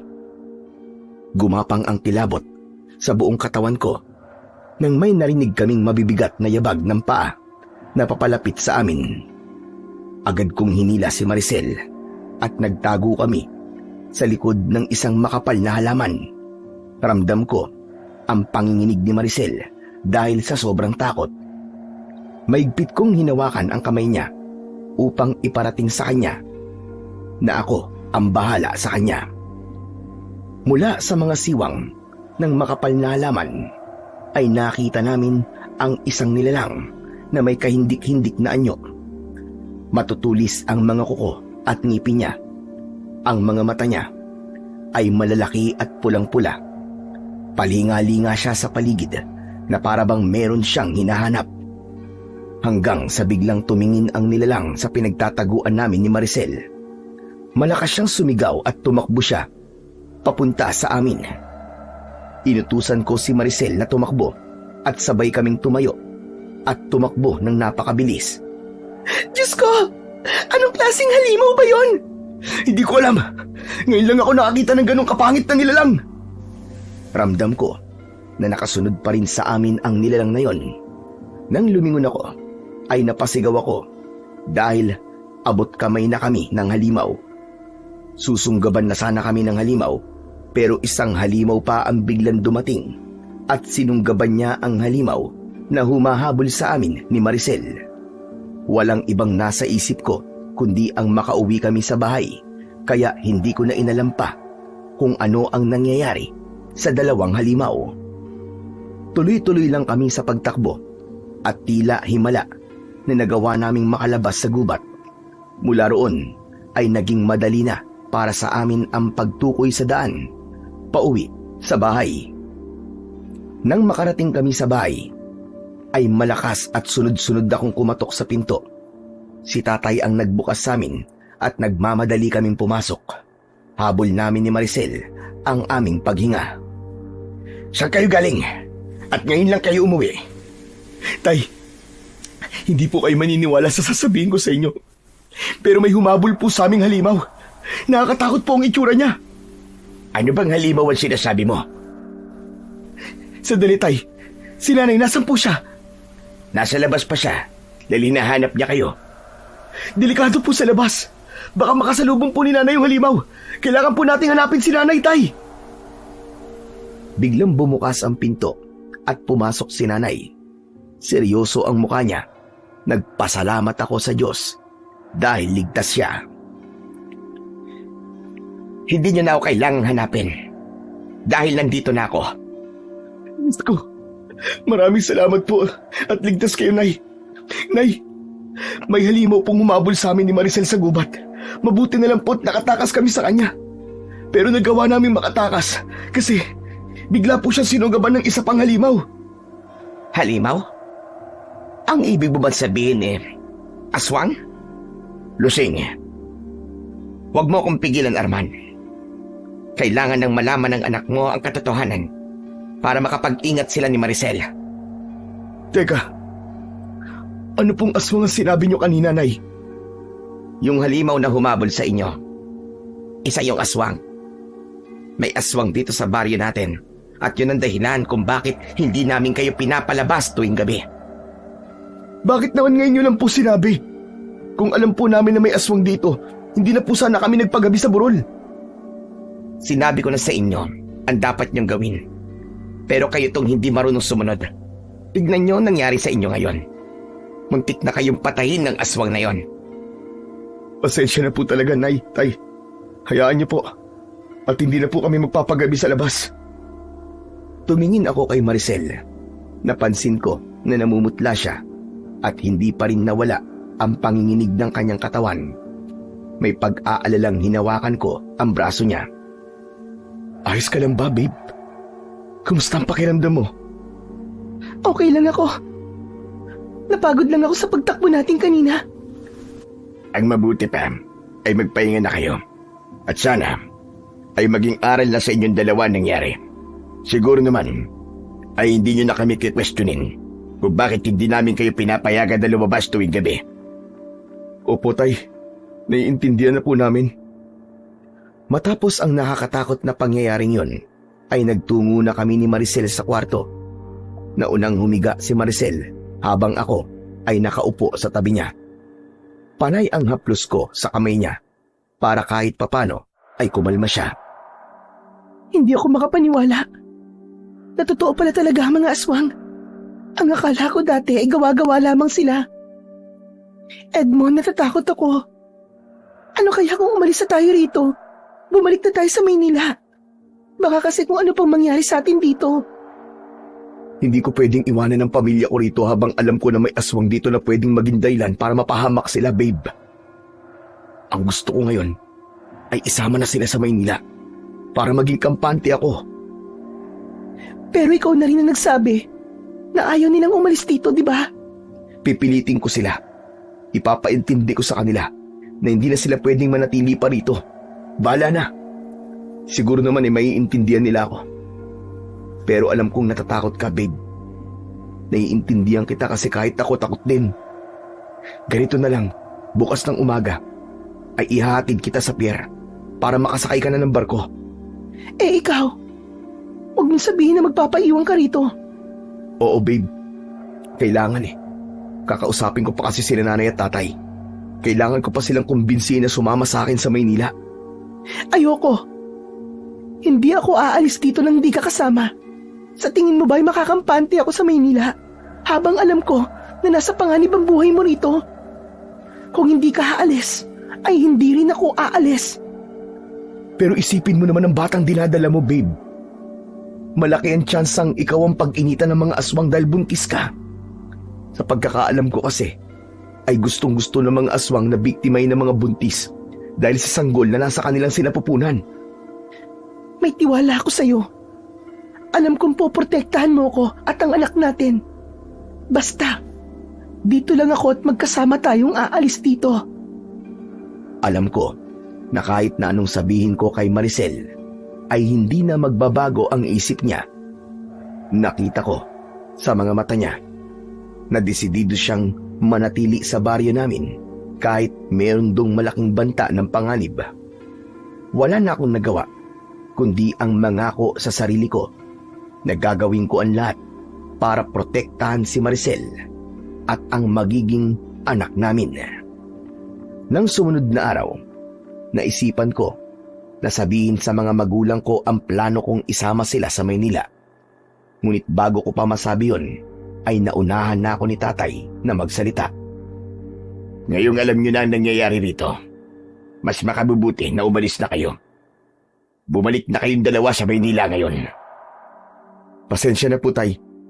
Pero hindi po kami aalis ni Maricel nang hindi kayo kasama.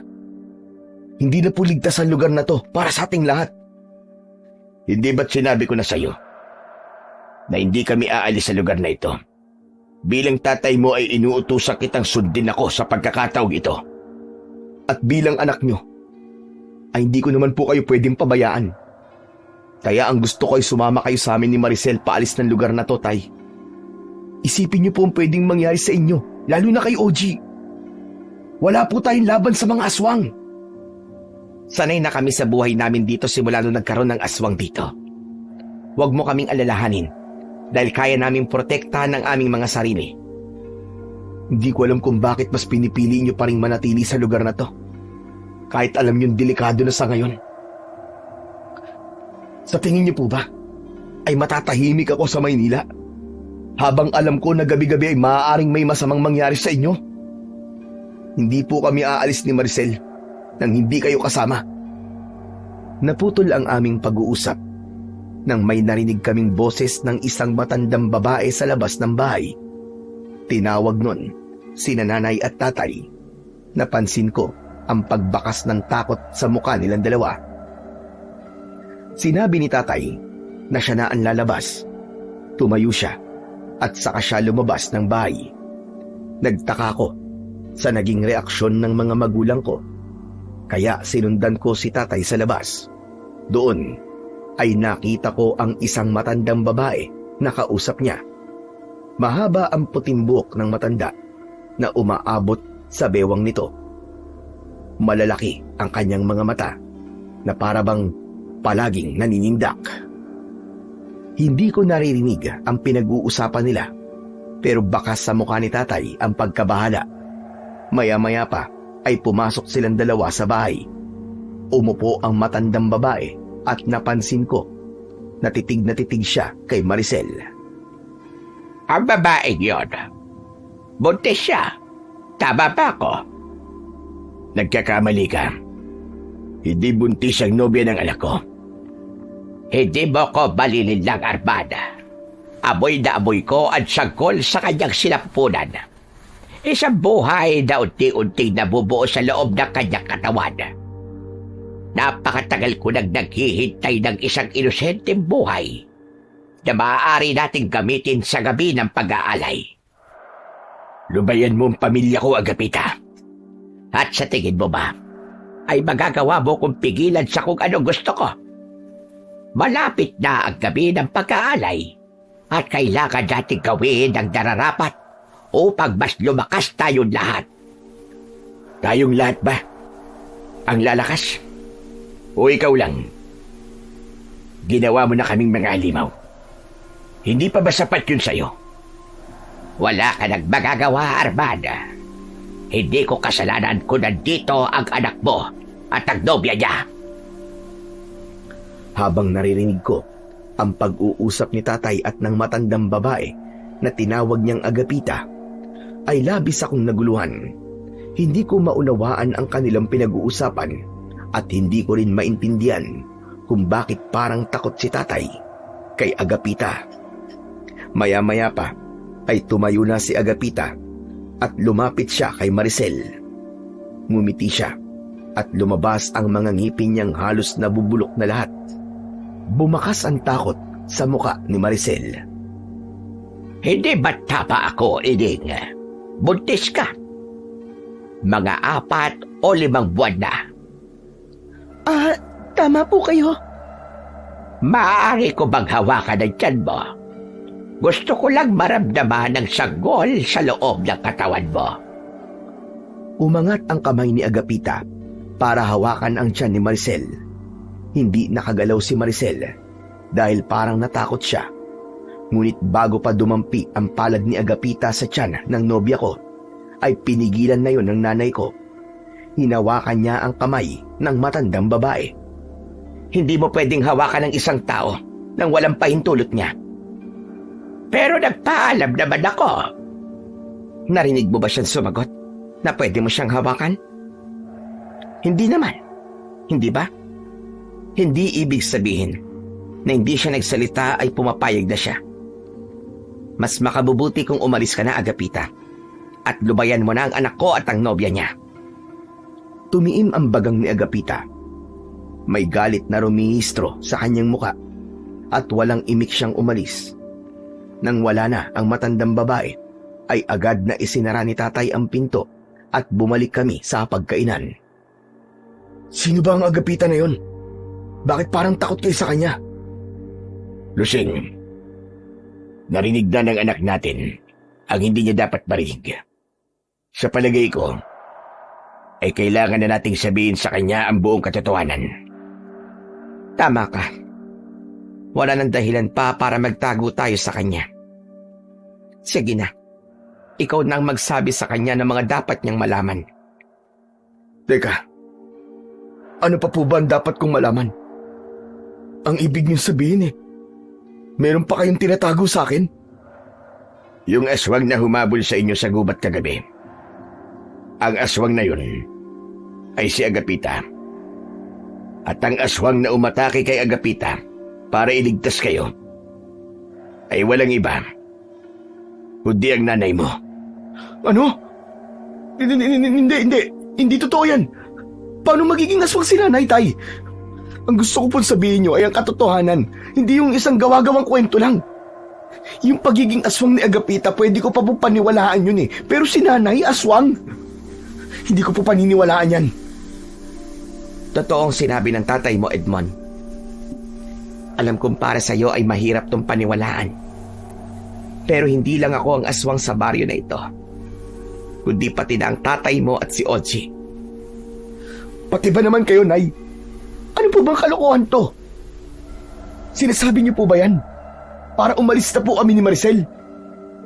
Matagal kang nawala rito, anak. At may mga pangyayari na hindi mo alam. Dumating dito si Agapita at inakala namin na isa lamang siyang normal na tao. Nagtayo siya ng isang karinderya at wala kaming kaalam-alam ng mga pagkain na itinitinda niya ay hinaluan niya ng sarili niyang dugo nang sa ganun, lahat ng kakain ng luto niya ay magiging aswang na kagaya niya. Ang ibig niyo po bang sabihin, lahat ng taong nakatira sa baryo natin ay mga aswang na rin? Tama ka. Lahat ng taong nasa baryong ito ay mga aswang na, at yun ay dahil sa kagagawan ni Agapita. Isa siyang aswang na may kakayahan na manghawa ng pagiging aswang niya. Base sa aking narinig, may isang grupo ng mga manunugis na nakipaglaban kay Agapita at sa mga alagad niyang aswang. Nagawang ubusin ng mga manunugis na yun ang mga alagad ni Agapita, pero nagawa niyang makaligtas. Kaya malinaw na ginawang aswang ni Agapita ang mga tao rito para magkaroon siyang muli ng mga alagad. Napamaang ako sa mga sinabi ni na tatay at nanay. Hindi makapaniwalang nagkatinginan kami ni Maricel. Alam namin na hindi nagbibiro o nagsisinungaling ang mga magulang ko sa pagkakataon na yon. Ngayon naiintindihan ko na. Kaya hindi nyo kami pinapalabas ng kwarto tuwing gabi ay dahil sa ayaw nyong makita namin sa ganung oras ay nagiging aswang kayo. Pero may pag-asa pa po ba para mawala pong pagiging aswang nyo at bumalik kayo sa normal na tao? Sa ngayon ay wala pa kaming alam na solusyon. Pero hindi kami nawawalan ng pag-asa na mawawala ang pagiging aswang namin. Lalo na at hindi naman kami kumakain ng tao. Kapag kasi kumain kami ng tao, ay tuluyan ng magiging ganap ang pagiging aswang namin. At wala ng paraan para maalis yun sa amin. Pero may itatanong ako. Tama ba sinabi ni Agapita na buntis si Maricel? Opo. 4 na buwan na po siyang buntis. Kaya mas makakabuti na umalis na kayo dito ni Maricel. Malapit na ang gabi ng pag-aalay at isang sanggol na nasa sinapupunan ang inaalay sa gabing yon. Mainit ang mata ni Agapita kay Maricel dahil buntis siya. Edmond, ang anak natin. Huwag ka mag-alala, babe. Dahil hindi ako papayag na gawing alay ng Agapita na yon ang anak natin. Naitay, umalis na po tayo ngayon dito. Doon na po tayo tumira sa Maynila. Siguro naman ay hindi na tayo masusundan doon ni Agapita. Hindi na kami maaaring manirahan sa lugar kung saan maraming tao, anak. Gabi-gabi kaming nagiging aswang at hindi malabo na malaman ng mga tao kung ano kami. Alam mo naman kung anong ginagawa ng mga tao sa mga aswang, hindi ba? Papatayin nila kami doon. Pero hindi pa po kami pwedeng umalis nang hindi kayo kasama. Paano kung pag-initan po kayo ni Agapita kapag nalaman niyang hinayaan niyo kaming umalis ni Maricel? Mas mabuti pa nga gano'n talaga mangyari. Para mabura na kami sa mundo.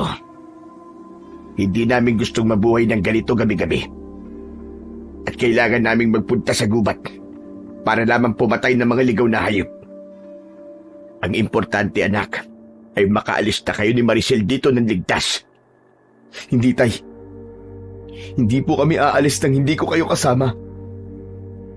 Meron po akong naisip na maaaring solusyon para mawala ang pagiging aswang ninyo. Si Agapita ang dahilan kung bakit kayo naging aswang. Kaya maaaring siya rin na maging sagot para bumalik kayo sa pagiging normal na tao.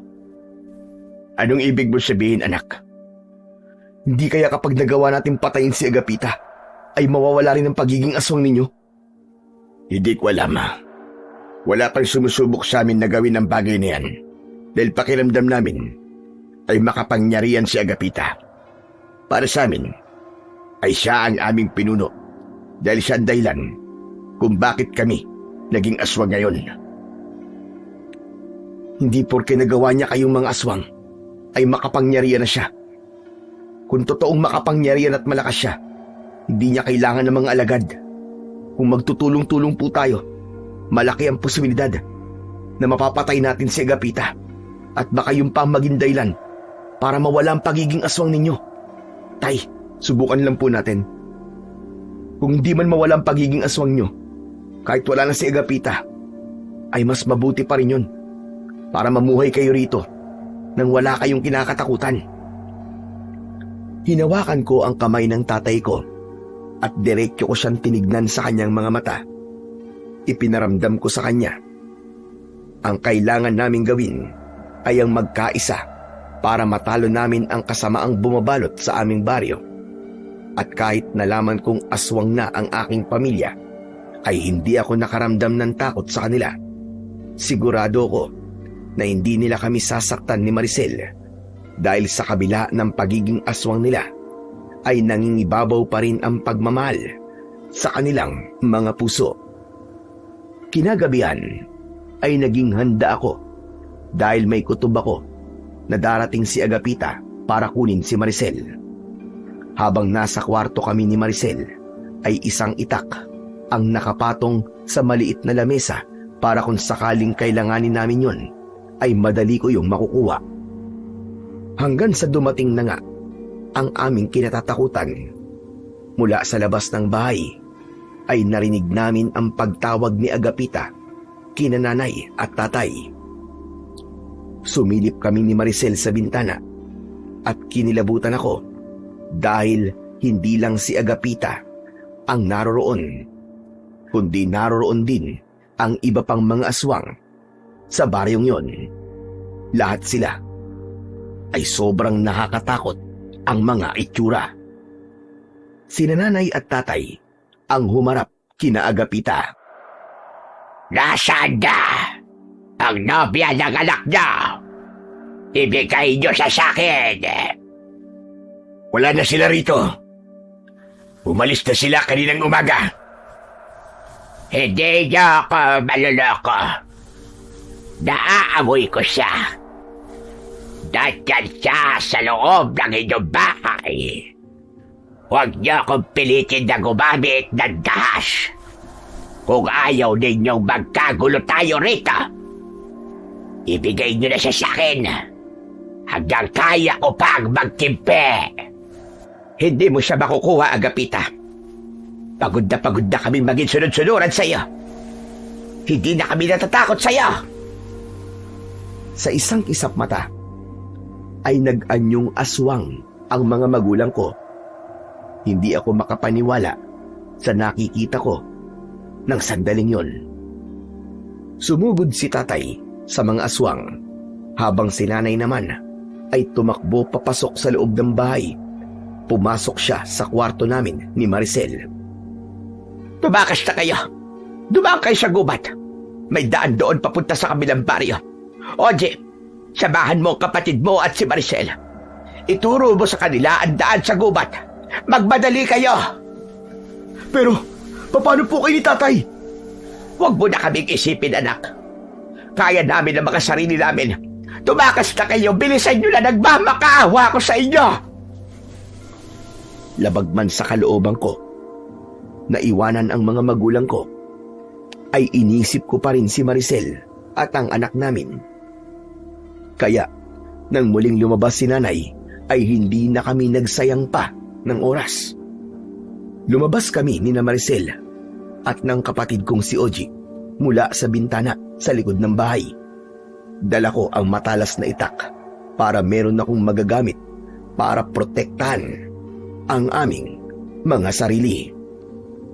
Mabilis kaming tumakbo habang nasa unahan namin si Oji. Maigpit kong hawak ang mga kamay ni Maricel. Hindi nagtagal ay napahinto ako nang narinig ko ang malakas na sigaw ni nanay at tatay. Edmond! Tara na! Sina nanay at tatay. Dalawa lang sila laban kina Agapita. Baka kung ano na nangyayari sa kanila. Kailangan ko silang balikan. Kailangan ko silang tulungan. Pero ang nanay mo na nagsabi na kaya nila ang mga sarili nila. Umalis na tayo dito, Edmond. Isipin mo ang buhay na magiging anak natin. Maricel, mga magulang ko sila at hindi ko sila pwedeng pabayaan. Hindi ba sabi mo sa akin ay kailangan kong bumawi sa kanila? Ito na ang magandang pagkakataon para gawin ko yun. Lumapit ako kay Oji. Yumuko ako at hinawakan ko ang magkabilaan niyang balikat. Oji, Alam kong natatakot ka ngayon, pero meron akong ipapagawa sa'yo, ha? Samahan mo ang ate Maricel mo sa gubat at dalhin mo siya sa kabilang baryo. Alam kong kaya mong gawin yon. Tumango si Oji at matapos yon ay maigpit ko siyang niyakap.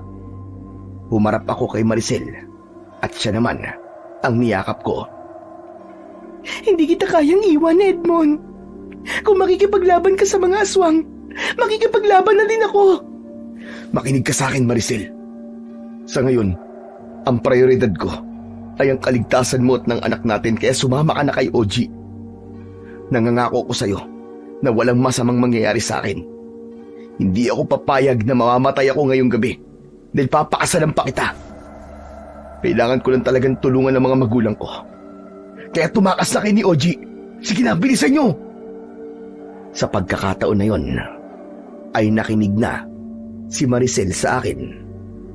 Alam ko na labag sa kalooban niya ang umalis nang hindi ako kasama.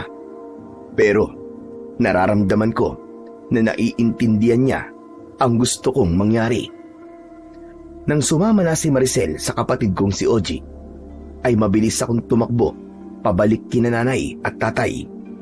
Ngunit 2 aswang ang sumalubong sa akin na sigurado kong inutusan ni Agapita na sundan si Maricel. Mga hayop kayo! Hindi ako natatakot sa inyo! At hindi ako papayag na makuha niyo si Maricel at ang anak ko.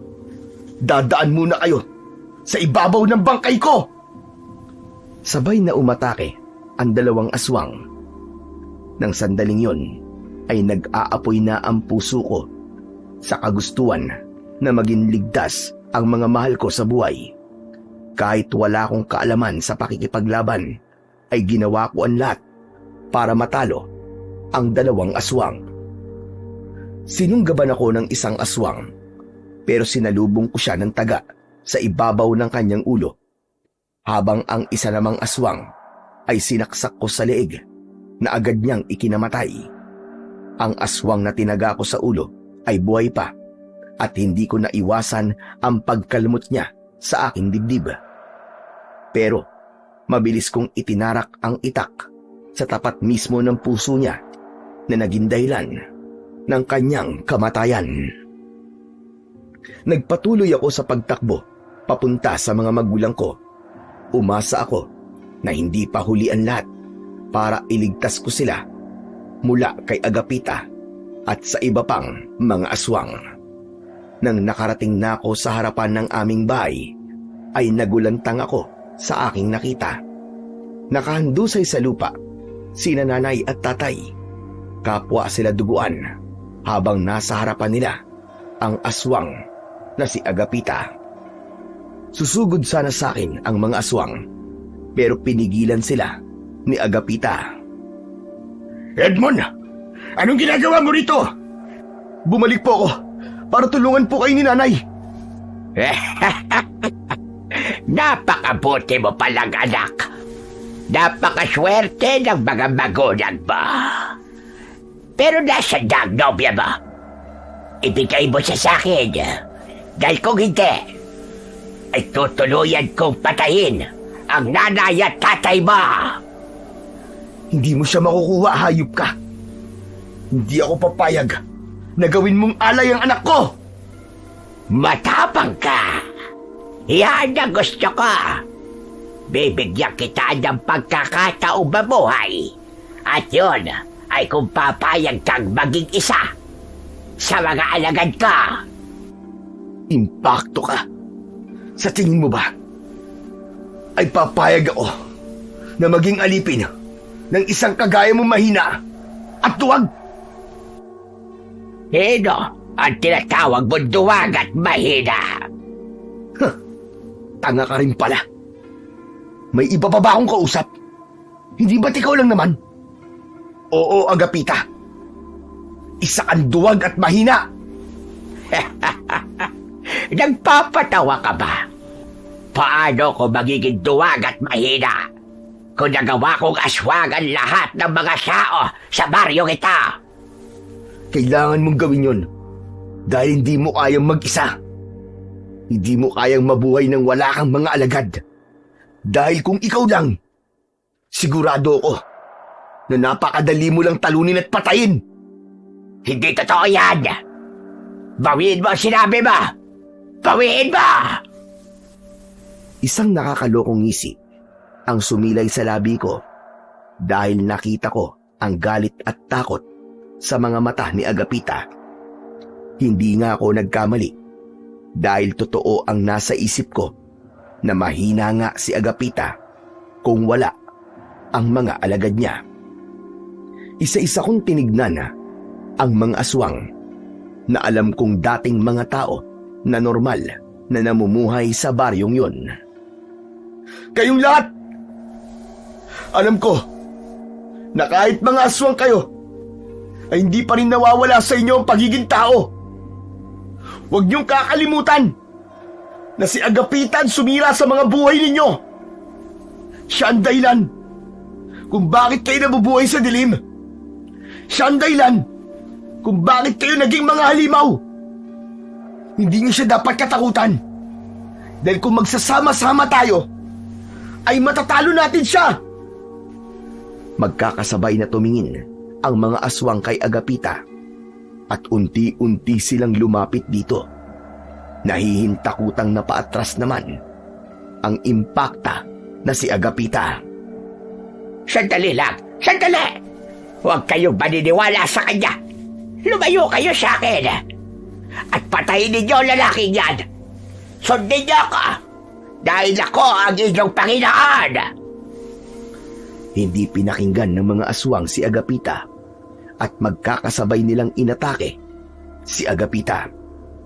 Pinagtulungan ng mga aswang na kagatin at kalmutin si Agapita sa iba't ibang parte ng katawan nito. Umalingaw-ngaw ang kalunos-lunos na sigaw ng matandang aswang at nang lubayan siya ng mga aswang ay halos hindi na siya makilala sa dami ng sugat niya. Halos maligo na rin siya sa sarili niyang dugo. At nang tuluyan ng malagutan ng hininga ang matandang aswang na si Agapita, ay tila himala naman na bumalik sa pagiging tao ang mga aswang. Maging ang nanay at tatay ko ay naging tao na rin. Naiiyak kong nilapitan ang mga magulang ko at nagpasalamat ako sa Diyos dahil buhay pa sila. Hindi naman ako makapaniwala na biglang dumating sina Maricel at ang kapatid kong si OG. Sorry, Edmond. Pero hindi ko talaga kayang iwanan ka. Kaya pinilit ko si OG na bumalik kami rito. At nakita ko ang ginawa mo. Napakatapang mo, babe. Sobrang proud na proud ako sa'yo. Pero mas matapang ang mga tao rito dahil nagawa nilang labanan ng takot nila kay Agapita. At tama nga ang sinabi ko nun na ang kamatayan ni Agapita ang sagot para bumalik sa normal ang mga tao rito. Agad naming dinala ni Maricel sina nanay at tatay sa ospital matapos ang nangyari sa baryo. Ilang araw kaming naghintay at nagbantay sa kanila hanggang sa tuluyan na silang gumaling at ligtas silang nakalabas ng ospital. Pagbalik namin sa baryo, ay maraming tao ang lumapit sa akin at nagpasalamat dahil ayon sa kanila ay ako ang dahilan kung bakit bumalik sila sa pagiging tao. Ganun pa man, ay may ilan na hindi na naalis ang pagiging aswang at sila yung mga kumain ng tao. Pero tila natakot na sila at hindi na sila kailanman nakita pa sa aming baryo. Nang umalis kami ni Maricel sa baryong yon, ay kasama na namin ang buong pamilya ko. Pinatignan namin si OG sa isang doktor at makalipas lang ang ilang buwan, ay unti-unti na siyang natuto na magsalita. Makalipas ang ilang buwan, ay nagpakasal na kami ni Maricel sa simbahan. Ilang buwan pagkatapos ng kasal, isinilang ni Maricel ang anak namin at doon ko naramdaman ang tunay na saya at kapayapaan. Mas lalo kong napagtanto kung gaano kahalaga ang pamilya Pinagsisihan ko ang mga panahong hindi ko nabigyan ng sapat na oras sina nanay, si tatay at si Oji. Nangako ako sa sarili ko na babawi ako sa kanila at sisikapin kong maging mas mabuting anak, kapatid, asawa at ama. Napatunayan ko na kapag buo at nagkakaisa ang pamilya, walang pagsubok ang hindi kayang harapin at lampasan. Lalo na kung nag-uumapaw ang pagmamahal sa isa't isa.